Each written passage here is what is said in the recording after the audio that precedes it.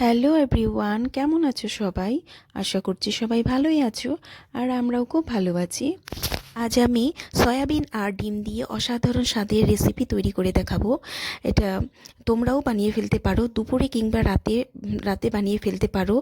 Just জমে যাবে ভাত কিংবা রুটি দিয়ে। বাড়িতে থাকা কয়েকটি উপকরণ দিয়েই বানিয়ে ফেলতে পারো।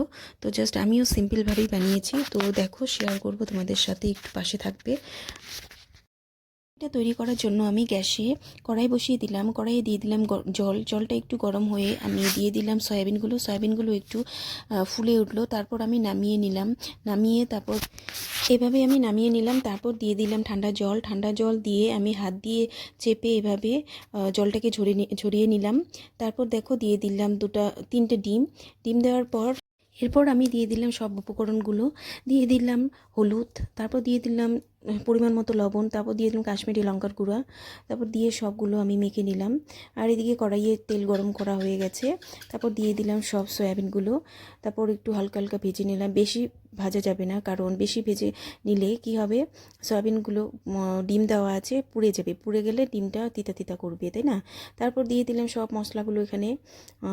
মশলাগুলো দেওয়ার পর সব ভেজে নিলাম, একটু কষা কষা করে নিয়ে নিলাম মশলাটা।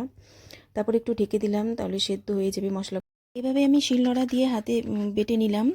আর তারপরে সব মশলাগুলো দেওয়া হয়ে গেছে, কষানো হয়ে গেছে। দিয়ে দিলাম সয়াবিনগুলো, এভাবে সব মশলাগুলো দিয়ে দিলাম। তারপর দিয়ে দিলাম জল দেওয়ার পর এভাবে দিয়ে দিলাম ছেঁড়া 3-4টে কাঁচা লঙ্কা, আর দিয়ে দিলাম ধনিয়া পাতা উপরে, আর সামান্য চিনি, আর দিয়ে দিলাম বাটা গরম মশলাটা। তারপর দেখো একদমই পুরোপুরি রেডি আমার সয়াবিন ডিম। তো